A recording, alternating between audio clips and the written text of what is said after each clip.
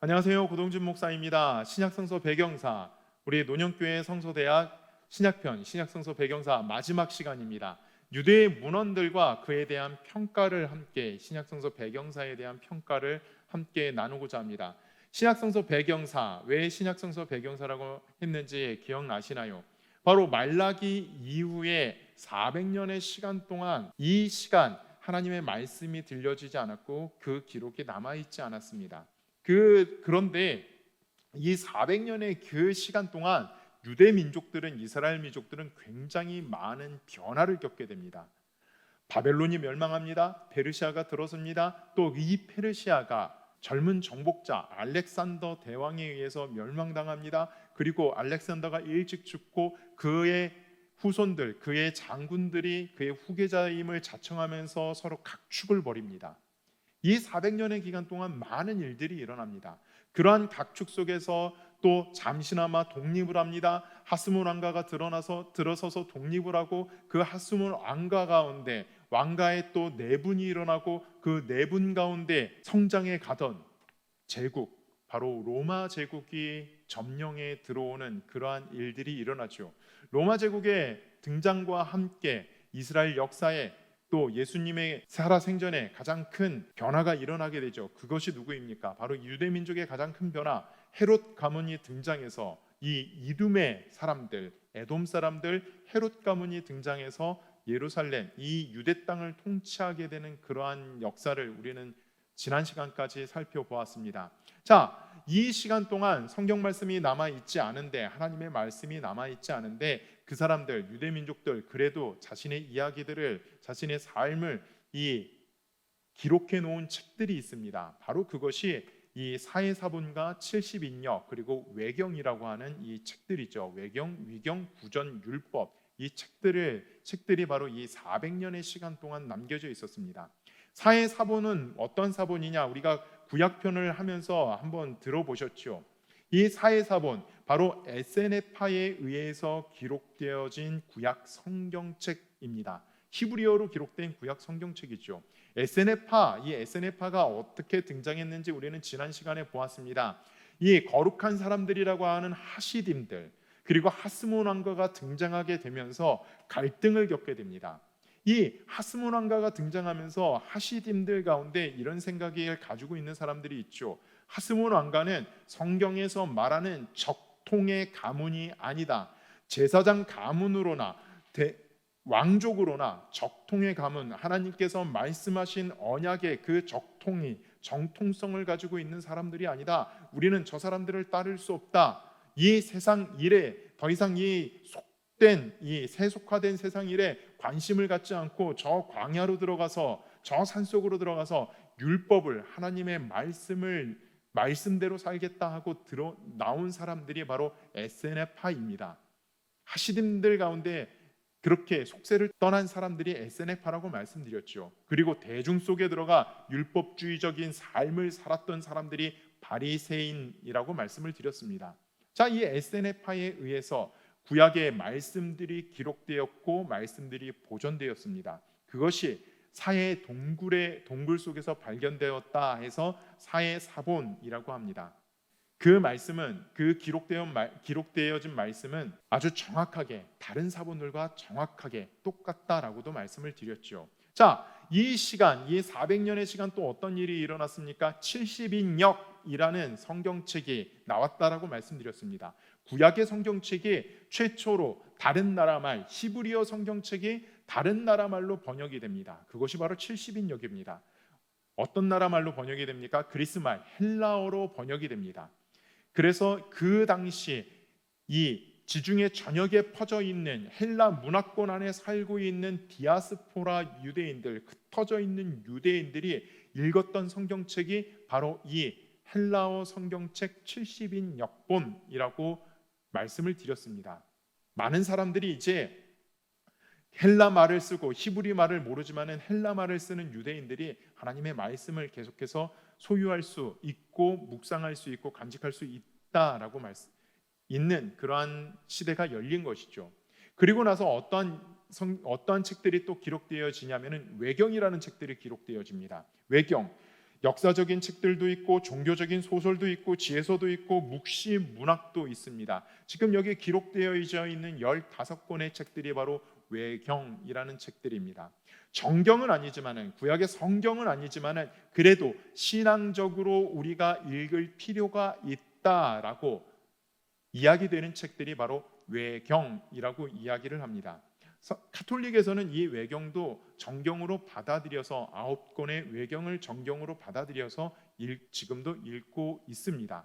자, 그리고 위경이라는 책들이 있습니다. 이 위경들은 성경적 성격을 지니고 널리 보급되어져 있는 이러한 구약 성경책 39권이나 외경에는 들지는 않지만 그래도 신앙적인 책이다.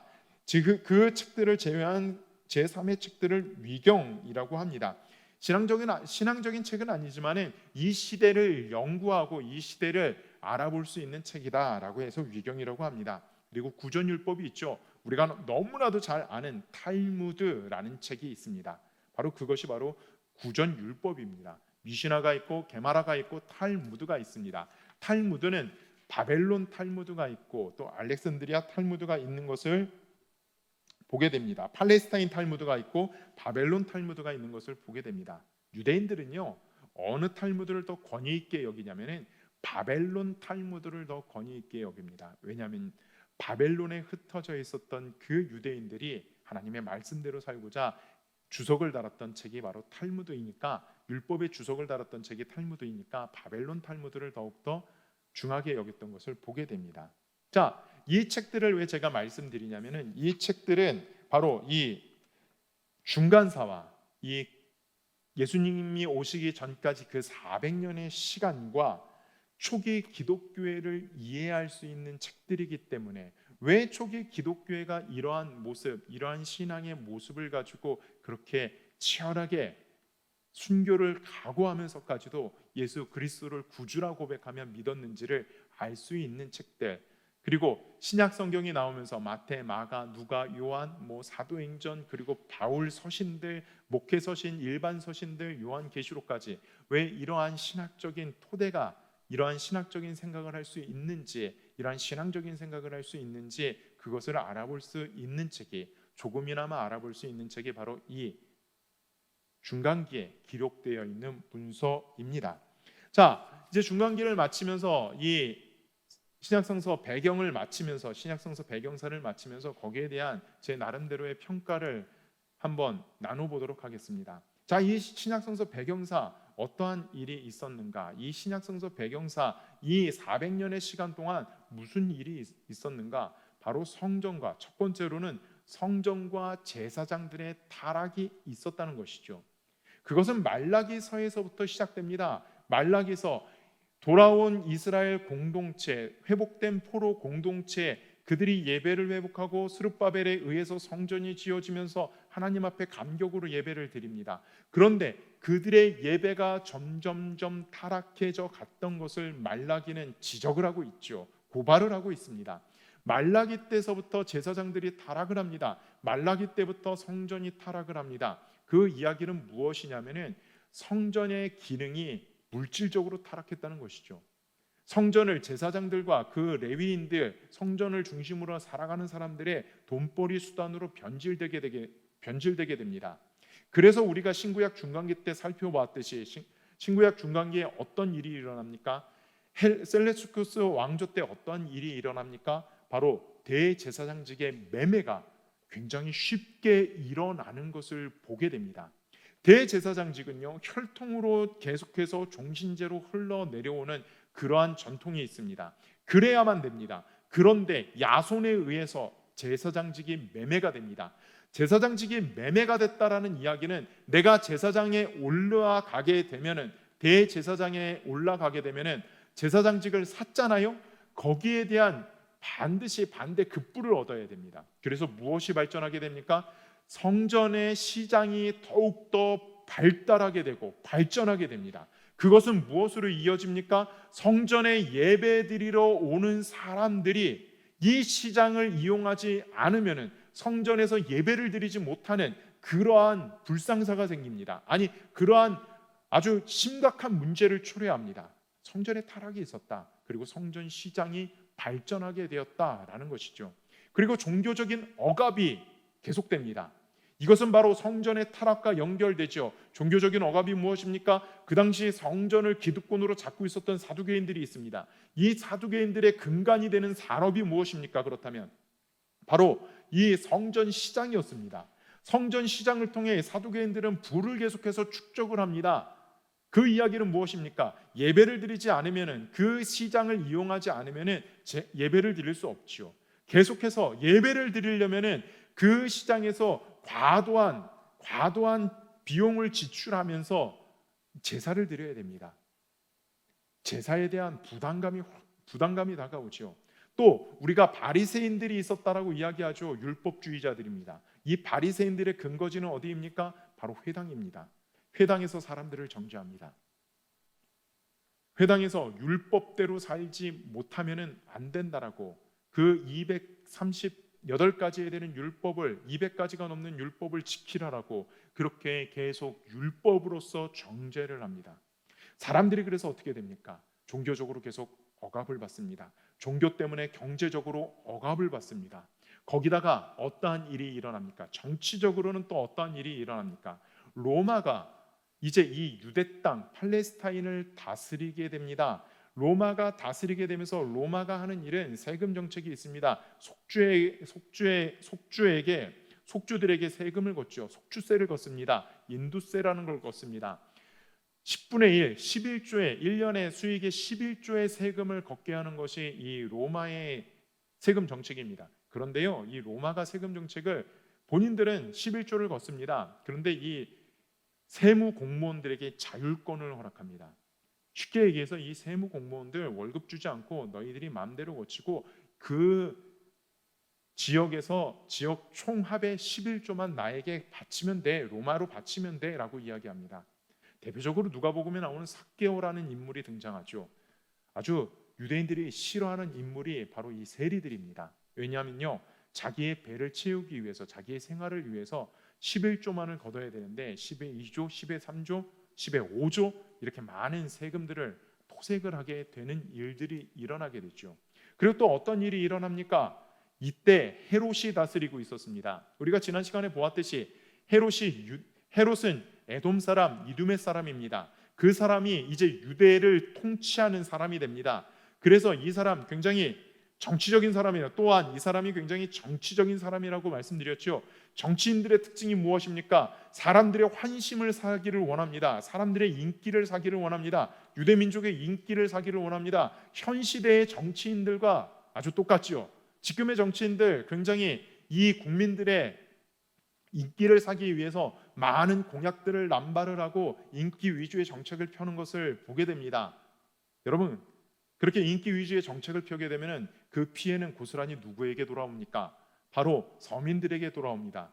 헤롯 시대 때도 마찬가지입니다. 인기 위주의 정책을 펴게 됩니다. 특히 유대인들의 환심을 사기 위해 건축물을 짓게 됩니다. 예루살렘 성전을 짓게 되죠.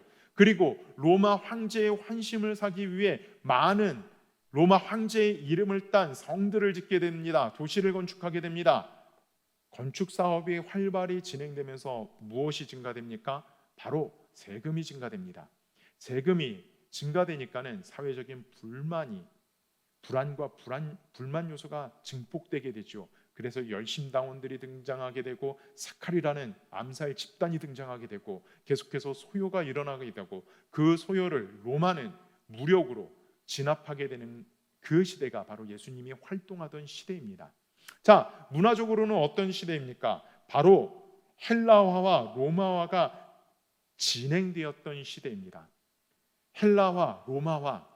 여러분, 헬라하고 로마 하면은 어떤 문화가 딱 떠오르시나요? 올림푸스 12신, 바로 우상 숭배, 바로 그리스에 나오는 12신들, 그리스 신화에 나오는 그러한 신들을 숭배하는 나라가 헬라라는 나라였고 로마라는 나라였습니다. 헬라화가 진행되었고 로마화가 진행되었다라는 것은 바로 유대민족 신앙에 이러한 이방의 신앙들이 들어와서 혼합주의가 됐다는 것입니다. 유대 종교는 이 유대인들이 믿었던 하나님에 대한 신앙은 무엇입니까? 우리가 구약에서 보았듯이 유일신앙입니다. 그리고 하나님의 백성으로서의 공동체성을 강조한 그러한 민족이었습니다. 그리고 인본주의적이기보다는 하나님께서 주신 말씀으로 살아가는 그러한 민족이었습니다. 그러나 헬라 문화가 들어왔습니다. 헬라 문화가 지칭하는 것이 추구하는 것이 무엇입니까? 인간의 이성을 추구합니다. 인간의 쾌락을 추구합니다. 그리고 우상 숭배를 따라갑니다. 다신교를 숭상합니다. 그러한 문화들이 혼합이 됩니다. 물론 이스라엘 말기에도 그러한 문화가 혼합되었지만은 더욱더 가속화가 되면서 혼합 신앙이 생기게 되는 것을 보게 됩니다. 그러자 이때 어떠한 일들이 대중들 사이에, 유대민족들 사이에 퍼지게 됩니까? 바로 메시아를 기다리는 그 기다림, 메시아 사상이 증가되게 됩니다. 메시아를 고대하는 것을 보게 됩니다. 바로 갈라디아서 4장 4절에 말씀하는 것처럼 때가 차서 흘러넘치는 예수 그리스도가 이 땅에 오실 그 때가 가득 차게 되는 그 시대가 바로 신구약 중간기 신약 성경의 배경이 되는 그 시간이라고 볼 수가 있습니다. 예수님이 오시면서 복음이 전해지고 또 구원의 말씀이, 구원의 은혜가 전해질 그 준비가, 그 시간이 가까이 오는 시대가 바로 신구약 중간기입니다. 사람들은 이야기합니다. 역사가는 이야기합니다. 암흑시대라고, 하나님의 말씀이 전파되지 않고 하나님의 말씀이 선포되어지지 않았던 시대라고 이야기를 합니다. 그러나 하나님께서는 말씀을 침묵을 하고 계셨지만은, 말씀을 하지 않고 계셨지만은 그 400년의 시간 동안 하나님께서는 예수 그리스도의 오심을 준비하고 계셨던 시간입니다. 이스라엘 민족을 흩어놓으십니다. 그리고 로마라는 나라를 통해 복음이 전해질 길을 닦아 놓으십니다. 그리고 사람들의 마음속에 메시아를 간절히 기다리는 그 소망이 부풀어 오르게 하십니다. 그리고 예수님을 맞이할, 그리스도를 맞이할 준비를 하게 하십니다. 복음을 맞아들일 준비를 그 400년의 시간 동안 하나님께서는 하신 것입니다. 이것이 바로 신구약 중간기 신약성경 배경사의 의의라고 할 수 있습니다. 이제 이러한 시대를 지나 예수님이 오십니다. 이제 다음 시간에는 예수님의 일생에 대해서 보시고 이제 예수님의 기록들을 함께 나누도록 하겠습니다. 감사합니다.